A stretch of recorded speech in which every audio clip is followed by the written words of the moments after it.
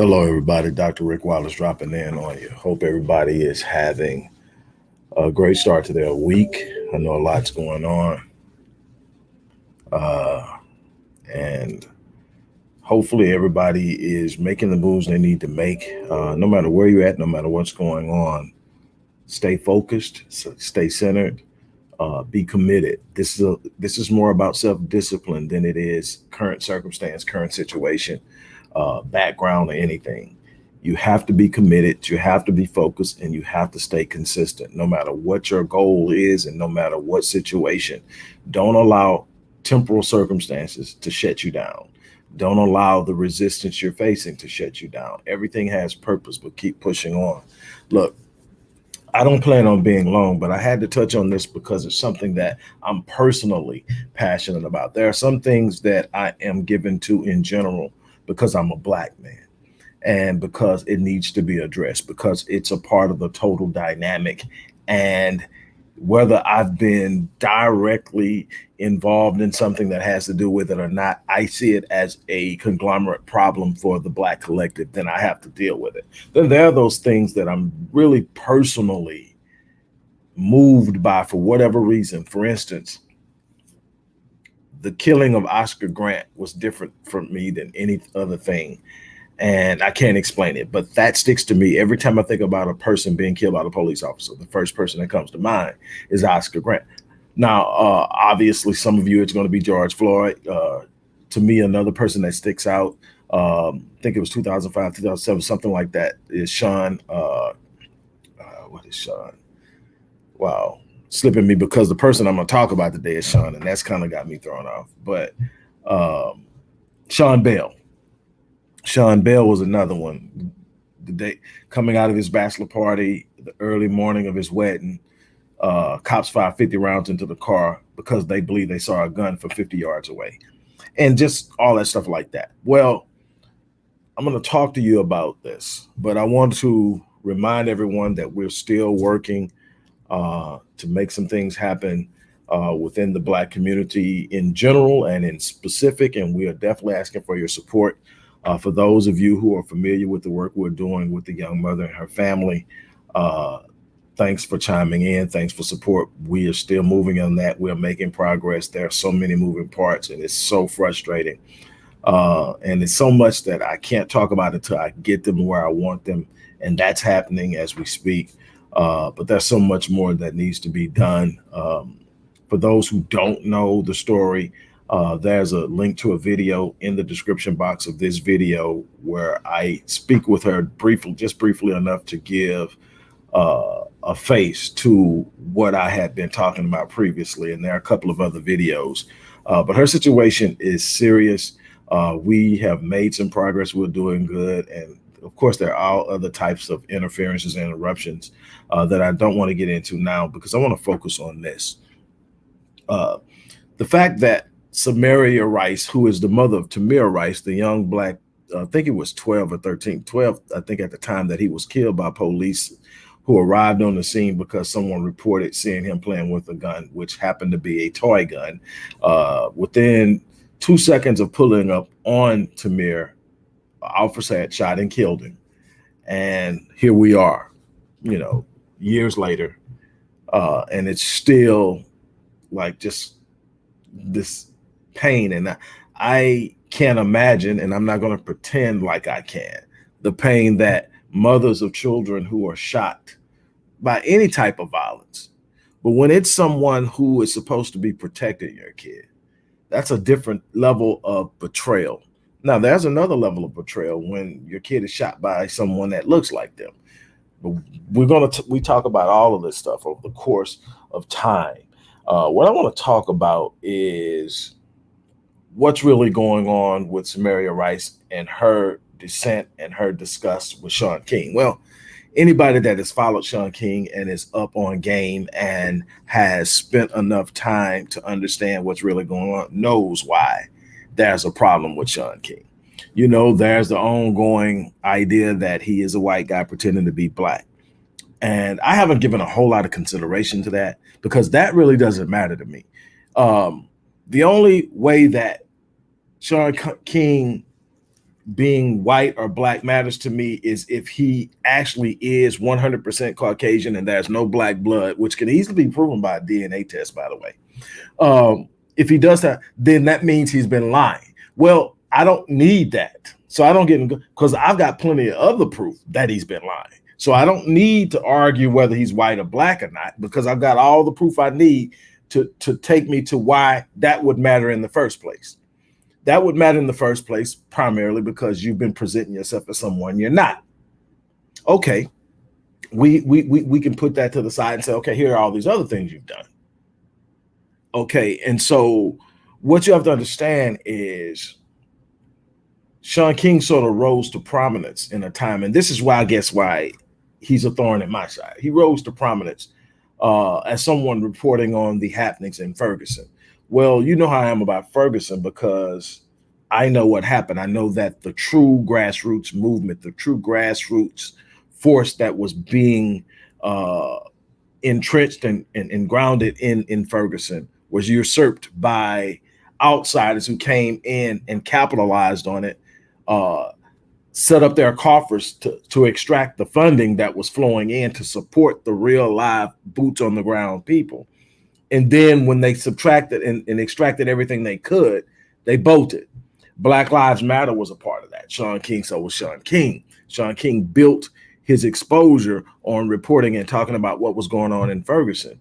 He also has been proven through visual observation and by his own defense of certain people within Black Lives Matter to be connected in some way, shape, form, or fashion with Black Lives Matter. Been seen in pictures with D-Ray, been seen defending others who have over time fallen under fire for all of the money that can't be accounted for.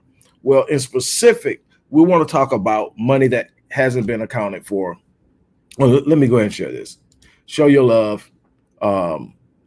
And, you know, like I said, if you, for whatever reason, if you want to, here's one thing. If you want to donate specifically to help the young mother and her family, make sure that you put relocation in somewhere in the field so that we know to allocate it specifically to that. Now, moving on. Look,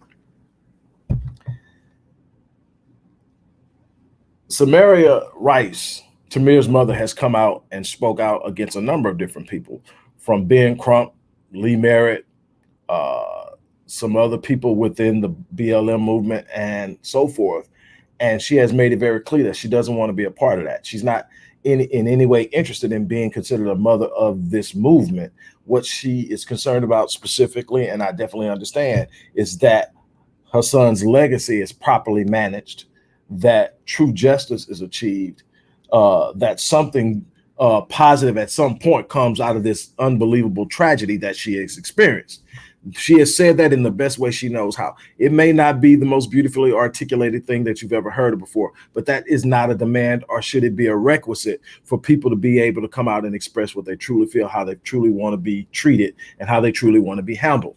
Nobody's better than anybody based on any type of socioeconomic measurement scale. We're talking about who we are as a people, and we're all on the same playing field, just playing at different positions. It's important to understand that if we're ever going to know how to treat one another, we got to understand how to see one another. See, I see her as my sister, nothing less, nothing more. She's my sister, and I don't like the way she's being handled. Now, specifically, let's get back to the money.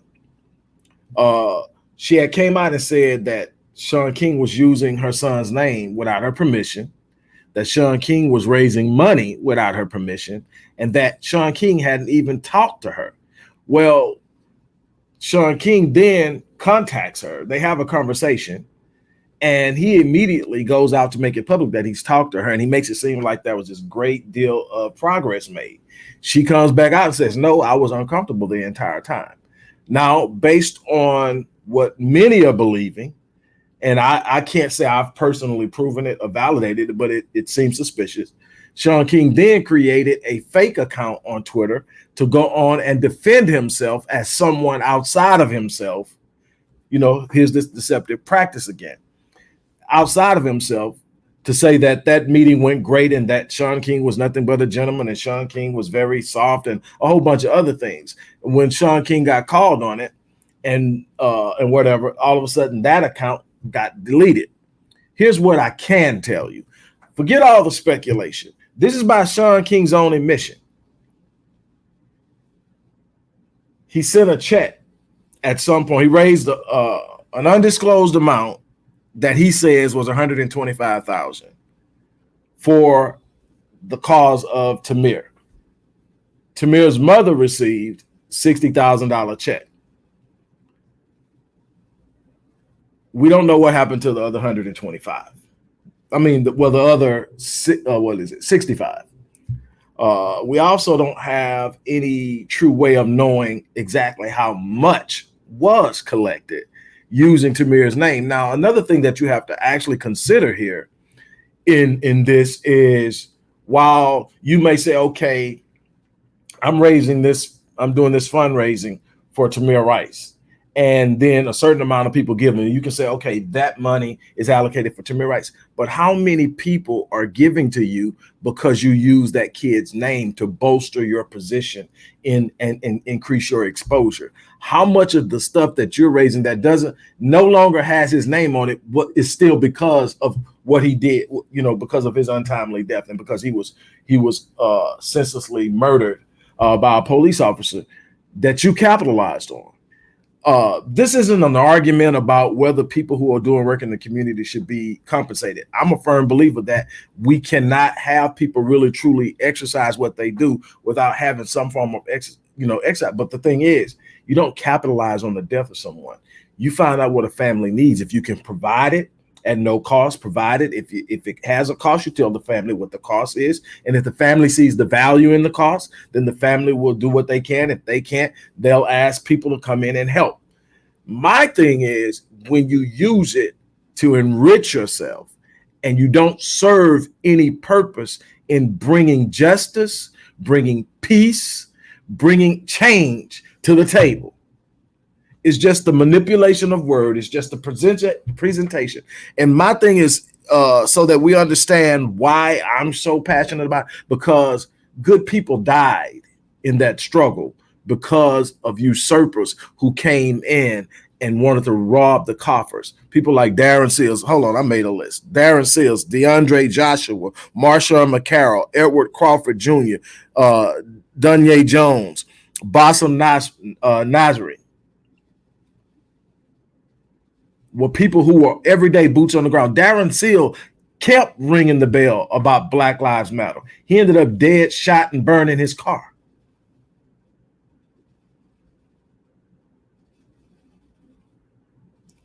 Dunye was hung outside in the backyard of his mother's home.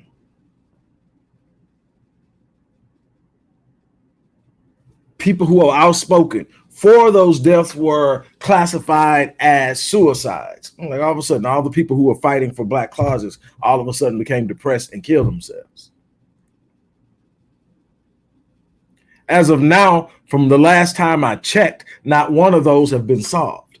Now, I personally remember a member of Black Lives Matter purposefully, intentfully, and openly suggesting that Darren Seals be drugged down the street. Never held accountable for that. I cannot remember her name to save my life, but I remember it. I read it. It was in tweets. I read it. But now here is Shaun King once again. He sets up a meeting to talk with her for the sole purpose to go back and tell everybody he's now talked to her, and then to put his spin on it and his framing on it. And she immediately responds and said, that's not how it went down. I never felt comfortable in the conversation. I don't trust him. And she starts to outline a bunch of other stuff that went on. And she said, simply put, we aren't on the same page. We aren't on the same team. So my thing is, why am I here talking about this? We have to hold these people accountable. We have to make it uncomfortable for them on the very platforms on which they are doing the things they're doing. We need to restrict their movement in the spaces where they've been most comfortable and doing what they're doing. Again, this is not about people who are doing work in the community on a grassroots level. This isn't about them at all. They need help. Shoot, I look at all the stuff we need. We need help, but that's not what I'm talking. I'm talking about you take a person who lost their child, one of the most unnatural experiences there is, and then you turn around and you use that for gain in the amounts of thousands. In the case of Black Lives Matter, millions, 100 million at least, from what I've been able to research and find, that's unaccounted for. You got people that founded that organization buying $1 million properties and gating their homes and all kind of stuff like that, while change is still yet to take place on any true significant level. That's the problem. That's the problem, that people died for something they believed in. Their bodies were stepped over, and people who fill their places never had any intent on doing anything. Black Lives Matter set up and built their whole movement off of the death of Mike Brown, a young Black male, when there is no real true place in their organization for the traditional Black male or the traditional Black family. Shaun King is also a watchdog for the Democrats, championing that BS bull crap about the Dems are going to save the day. A day that they have something they've yet to do in all the time that we've been voted for.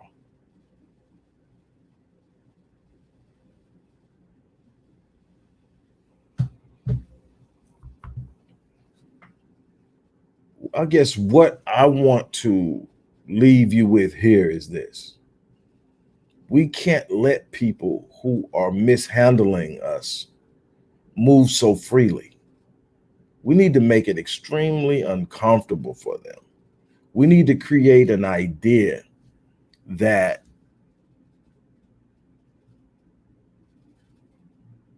Brittany, that's who it was. You're absolutely right.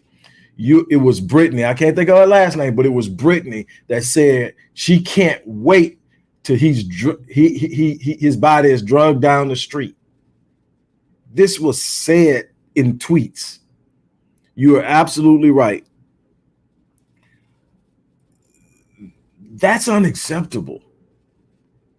That's unacceptable. And we have to be willing to stand up. We need to come to the aid and the defense of Samaria Rice. At this point, I don't know who she trusts, or if she's even willing to trust anybody, but we still need to build a barrier around her. We need to make sure that if she doesn't want to be bothered, she's not bothered. We need to really, really get at dude on Twitter, on YouTube, on all these other platforms. We need to sit up and shrink the space that they can move in comfortably. We need to sit up and call them out at every chance. We need to flood Twitter with anything we see that they're doing that they shouldn't be doing. It's about accountability. None of us are perfect. None of us are perfect, but that should be people shouldn't have to even question why you're in this. I'll give you a prime example using myself and my organization. Do I accept donations? Absolutely. But here's the thing. I've been doing what I've been doing officially since 2005 and another 15 years before that, where I've actually in some way been giving back to the community. But in 2005, I literally shut down my entertainment company. Part of it I devoted to Odyssey Media Group and publishing. The other part I devoted to the Odyssey Project, which was community work, 2005. And I've yet to raise in 16 years, $10,000. It may have gone over that now because, it comes in sporadically in small numbers. It may be a little over 10,000 since the last time I actually went back and tallied 15, 16 years. The point is, I'm not living off of that. Trust me. I put more into what I do for this community in a month than I've received in donations. And I'm not complaining. I'm not complaining because it's my passion. Those who can see what I do and appreciate what I do, great. Hey, Tamika, long time no see. Great. And we definitely need the continued support. I've done thousands upon thousands upon thousands of hours of research and studies. That stuff, believe it or not, isn't free. I've gone into different communities, different schools. You know, my wife's been inside teen detention facilities. We've gone on. None of that is compensated. Nobody is paying for that. I counsel. And for the families who can't afford it, I end up giving discounted services and in extreme emergencies, free. That's what I'm talking about. There's a difference between that and somebody that says, hey, man, this kid is billboard right now. This kid's name is viral. We're going to take this kid's name and we're going to put it out there and we're going to find a way to make that be how we enrich ourselves. And we're just going to write some stuff and put some stuff out there to show we're active. But the true activism isn't being done by us. It's being done by people who can't get funding because we're extracting all of the real money. Well, the people who are giving to the people they see. And because you're willing to use that in a way that you've done. And don't forget that Black Lives Matter, for instance, initial funding by George Soros, a billionaire who is notorious for manipulating policy without getting directly involved in politics. Talk to you on that on a whole nother level. He's a master at it. That's why all these Black female district attorneys and district and state attorneys and mayors are coming from. He's financing it. Especially district attorneys. Why? Because district attorneys determine what cases get prosecuted and what don't. So if I don't have to control what's happening on the lawmaking side. I just control how the laws are being enforced. That George Soros. See, these are the things people get scared to talk about because you make enemies. This is what happens when people like Darren Seals and the others speak out. You know, things happen. My whole thing is we've got to sit up and stand up for Samaria rights. If she doesn't want to talk to anybody, she doesn't want to deal with anybody, she just wants to sit there and deal with the organization she created for her son, that's well within her rights. And it's well within her rights when she sees other people still throwing his name out there and they're collecting money off of the familiarity of that name. Even if you're not saying you're collecting it for Tamir Rice, when you throw his name out there, you're inciting an emotion that pushes people to give, then that's a problem. So my whole thing is, look, there's work to be done. Some of it is in helping and sowing seeds in those organizations that are doing work. Some of it is standing up and speaking. Some of it is simple as when you see something that doesn't seem right, speak on it openly. Use your platforms that you have. You may not have X amount of followers like somebody else, but talk to the people you do have. Start speaking and being a voice. That's my whole thing. I want to be a voice for the voiceless. I want to be a voice for people who feel a certain way, but nobody will ever know because nobody's listening. So much of the frustration and anger that we see in our youth is coming because of the fact that they don't feel like they have a voice. They don't feel anyone is listening to them. I believe it was Dr. King that says riots are simply the language of the voiceless.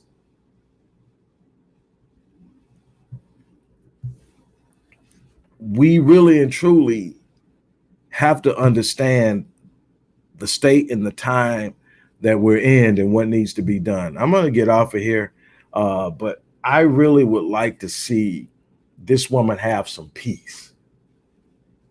And like I said, I'm going to go hard in the paint with everything I see with whatever force I have to ensure that she does. Thank you guys for stopping in. For those who want to support whatever, find you something. If it's not this organization, cool, but find something out there to support. There are plenty of people out there putting in hard work day and night for what they believe in. And I have seen far too many of our champions, our warriors, be buried poor because we don't show love. We don't back them. We don't get behind them. And they don't know how to stop. They don't know how to quit. They don't know how to say no. And they end up just giving all of themselves and getting very little. My thing is, when you bring value, I think you should be blessed. And like I said, you don't have to bless me, but find somebody out there that you can look and say, man, I love what they're doing. And show them you love it by how you support them. On that note, I'm out of here. You guys have an unbelievable day.